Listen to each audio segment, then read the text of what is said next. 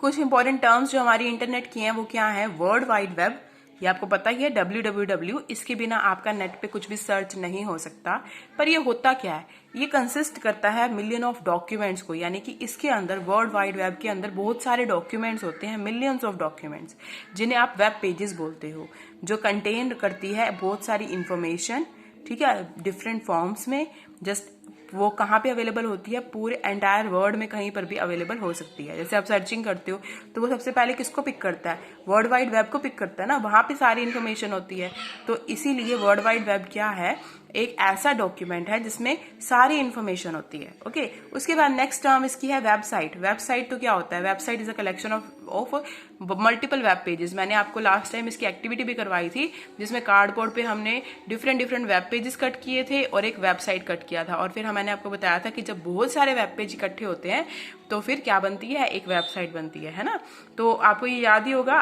अब वेबसाइट आपकी क्या है? Millions of websites available to the internet containing information ranging from quotable codes to maybe the most difficult topic in science and technology. Okay, कई सारे codes ऐसे होते हैं वेबसाइट में जिसमें हमें साइंस और टेक्नोलॉजी के टॉपिक्स होते हैं। तो वेबसाइट हमारा क्या होता है? कैन बी यूज टू, किस लिए यूज होता है? हम शॉप कर सकते हैं, वॉच मूवीज, इससे हम मूवीज देख सकते हैं। तो शॉप करने वाली वेबसाइट कौन सी होती है जिसपे हम शॉपिंग करते हैं? आपको पता ही होगा, Amazon, फ्लिपकार्ट। और मूवीज देखने वाली कौन सी होती है? ये भी आप मूवीज आप यहाँ पे बुक कर सकते हो, फ्लिपकार्ट पे टिकट बुक कर सकते हो और डायरेक्टली जाके देख सकते हो।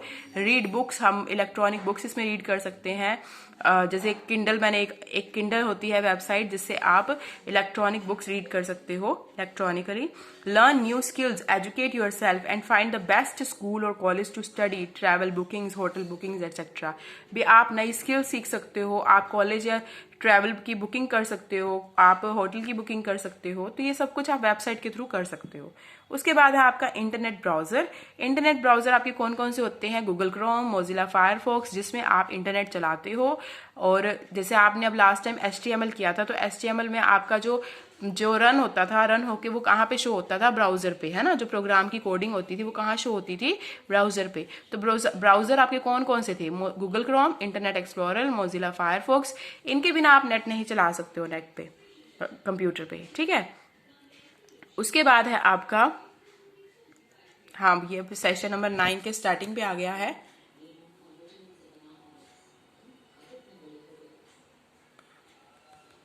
यह हमने सेशन नंबर 9 पूरा रीड कर लिया है, ठीक है। इंटरनेट ब्राउजर, बैंडविड्थ, ये बहुत इंपॉर्टेंट टॉपिक है बैंडविड्थ। इसको जरा ध्यान से देखना। बैंडविड्थ क्या होता है?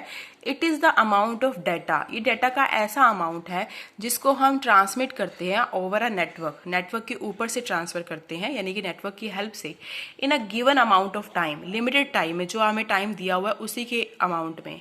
The amount of data that our network can receive, ऐसा डाटा जो हम रिसीव करते हैं और सेंड करते हैं, वो डिपेंड करता है उसकी बैंडविड्थ पे, कि उसकी बैंडविड्थ कितनी है। Data transfer speed over the network which also includes internet speed is calculated in terms of bits पर सेकेंड, ठीक है। जो भी इंटरनेट की स्पीड होती है ना, उसे हम किन टर्म्स में काउंट करते हैं? बिट्स पर सेकेंड की स्पीड से, विच इज एज अंडर। अब देखो इसकी विड्थ कैसी हो, इसकी जो यूनिट होती है कैसी होती है? 1 kbps, 1 किलोबाइट बिट्स पर सेकेंड में कितने बिट्स पर सेकेंड होते हैं? 1000। तो वही सेम है बेटा, जैसे हम वो करते हैं ना, 1 KB में कितने 1 KB में कितने बाइट्स होते हैं? तो 1 KB में कितने थे? 1024। बस इसमें यहाँ पे बिट्स पर सेकेंड है, पर सेकेंड के हिसाब से यहाँ 1000 आएगा।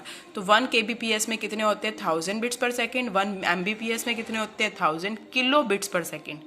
देखो KB वैसे भी हमें पता है KB से बड़ा क्या होता है? MB से बड़ा GB। तो PS साथ में लग जाना पर सेकेंड, तो उसके अकॉर्डिंग क्या आएगा? 1000, ठीक है। तो बैंडविड्थ समझ आ गया। बैंडविड्थ का मतलब कि ऐसा अमाउंट का डाटा जो हम ट्रांसमिट कर रहे हैं, ट्रांसफर कर रहे हैं नेटवर्क की हेल्प से, गिवन टाइम के अकॉर्डिंग, उसे हम बोलते हैं उसकी बैंडविड्थ। ओके, उसके बाद है working with web browsers. Web browsers के साथ जब आप काम करते हो तो क्या होता है?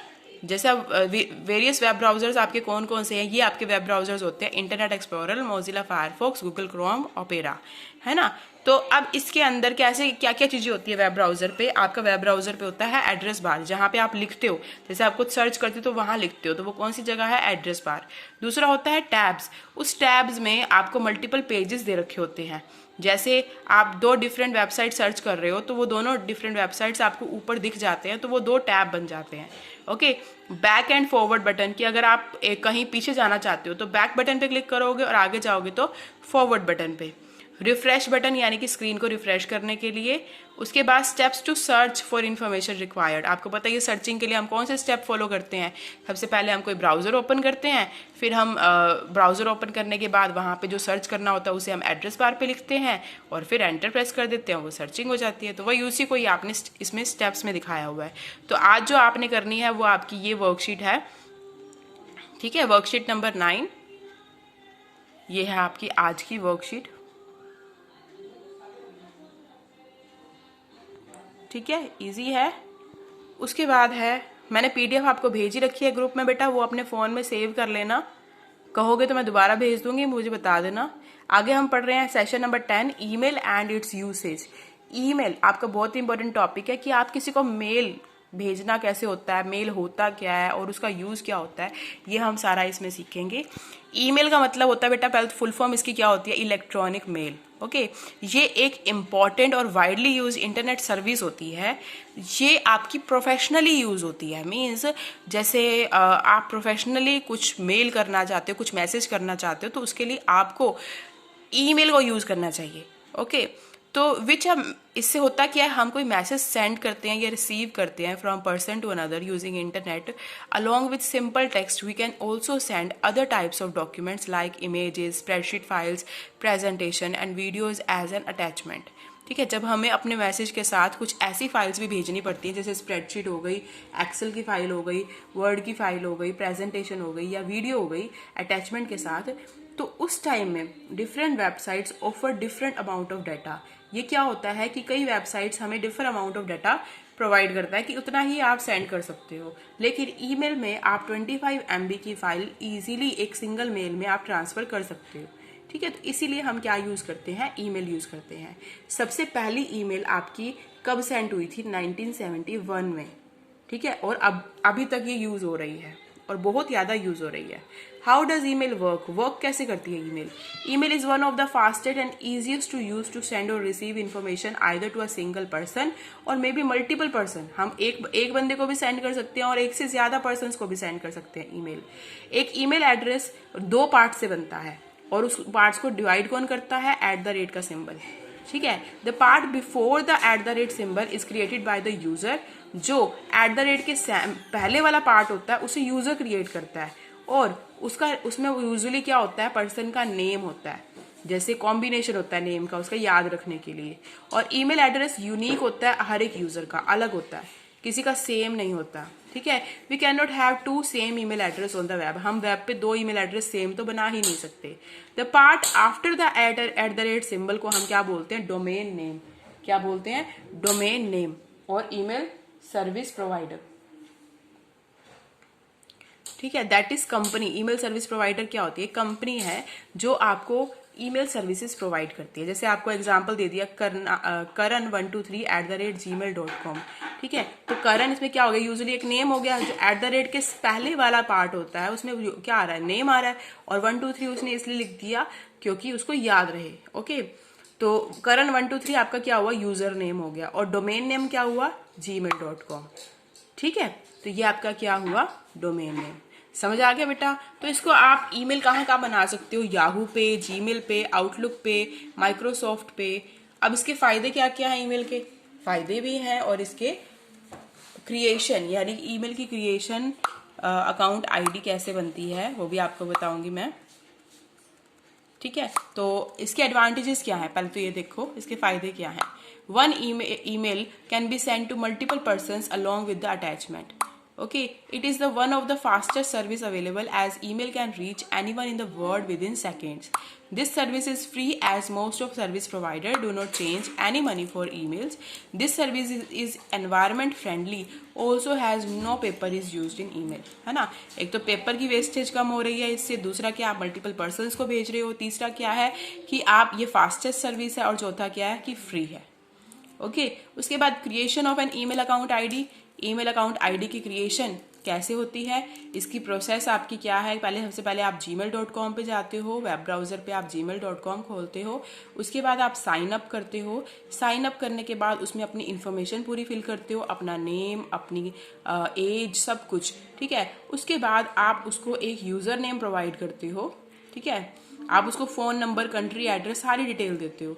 आप review the terms of services जो आप उस पर आई एग्री पे क्लिक करते हो और फिर नेक्स्ट बटन पे क्लिक करते हो, तो आपसे वो यूज़र नेम और पासवर्ड मांगता है। फिर आप यूज़र नेम और पासवर्ड वही डालते हो जो आपको हमेशा याद रहेगा, ठीक है। जैसे मैंने आपको बताया karan123@gmail.com, उससे रिलेटेड ही आपने बनानी है अपनी ईमेल आईडी, और पासवर्ड आपने वो रखना है जो आपको हमेशा याद रहे, और वो हमेशा सिक्योर रखना है, मतलब कि आपने अपने पास उसको किसी और से शेयर नहीं करना वो पासवर्ड, ठीक है। फिर कंटिन्यू टू जीमेल पे क्लिक करोगे तो आपकी जो सेंडिंग और रिसीविंग मेल्स में देखोगे तो आपकी मेल्स आने लग जाएंगी, ठीक है। आपकी मेल क्रिएट हो जाएगी। बस इस तरह से आपकी मेल क्रिएट होती है।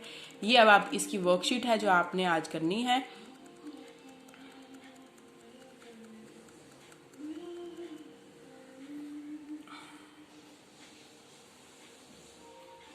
ठीक है बेटा।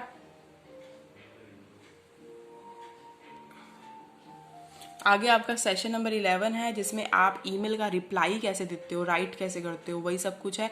इसमें आपको सिर्फ 3 चीज़ें देखने वाली होती है। फ्रॉम का मतलब होता है कि कहाँ से ईमेल जा रही है, टू का मतलब होता है कि किसको जा रही है, और सीसी का मतलब होता है कार्बन कॉपी, यानी कि वही ईमेल आप सेम किसी और बंदे को भी भेजना चाह रहे हो तो सीसी में आप किसी और बंदे की ईमेल आईडी डाल सकते हो, तो उसकी 1-2 कॉपी चली जाती है बस, और कुछ भी नहीं है इसमें, ठीक है। और लिखते कैसे, कंपोज बटन पे क्लिक करके आप वहां पे आपको ये तीनों ऑप्शन दिख जाएंगे, फ्रॉम, टू और सीसी, ठीक है। बीसीसी का मतलब होता है ब्लाइंड कार्बन कॉपी, यानी कि एक और blind carbon copy. Blind carbon copy का मतलब होता है कि ऐसी कॉपी जो रेसिपेंट के पास तो जाएगी लेकिन वो इनविजिबल होएगी बाकी रेसिपेंट से, ठीक है, यानी बाकी रेसिपेंट्स को नहीं दिखेगी ये। और सब्जेक्ट का मतलब क्या होता है कि आप किस टॉपिक के ऊपर, टाइटल क्या आपका जो मेल भेज रहे हो। जैसे मान लो आप स्कूल में आप अपना रोल नंबर चेंज करवाना चाहते हो तो आप यहाँ पे लिखोगे सब्जेक्ट में for changing my roll number, okay. Body में आप क्या लिखोगे, मैसेज डालोगे जो आप लिखना चाहते हो, जैसे आपने एप्लीकेशन डालनी है तो बॉडी में डालोगे आप। अटैचमेंट में आप जैसे एक्सेल की फाइल या फिर वर्ड की फाइल अटैच करना चाहते हो तो आप अटैचमेंट बटन पे क्लिक करोगे। अटैचमेंट बटन में आपको दिखाती हूँ कैसा होता है। ये होता है आपका अटैचमेंट बटन बेटा, ये वाला जो ए के साथ है ना, ये वाला सर्कल में, ये आपका अटैचमेंट बटन होता है, ठीक है। इस पे आप क्लिक करते ही आपको वो कंप्यूटर की सारी फाइल्स दिखा देगा जो आपने भेजनी है। उस पर आप क्लिक कर दोगे फाइल पे और वो फाइल यहाँ पे प्रोसेस हो जाएगी, ओके। उसके बाद attaching a file to an email बता दिया मैंने आपको अटैचमेंट, ठीक है। मैनेजिंग फोल्डर्स को मैनेज कैसे करते हैं, इनबॉक्स में सारी वही मेल्स आती हैं जो आपके पास आई हैं, सेंट में वो मेल्स आती है जो आपने भेजी हैं, ड्राफ्ट में वो आती हैं जो आपने सेव करके रखी हैं, जंक में वो आती हैं जो आप इररेलीवेंट मेल्स होती हैं, ट्रैश में वो आती हैं जो आपको ज़रूरत नहीं है, जो आपने डिलीट कर दी हैं, ठीक है, आपके इनबॉक्स से डिलीट हो गई, ठीक है। तो बस यही है आपका, इसकी भी आपको ये करनी है आज ही।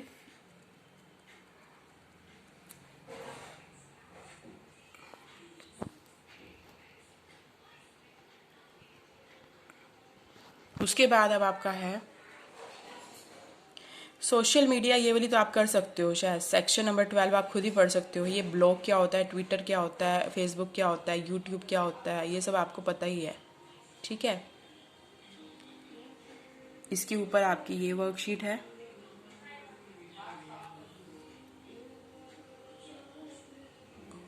बस अब आपकी यहाँ पे आपका चैप्टर फिनिश हो रहा है बेटा, आईसीटी स्किल्स वाला, ठीक है। तो आज आप इसको कंप्लीट कर लो, ठीक है बेटा। थैंक यू बेटा, गॉड ब्लेस यू।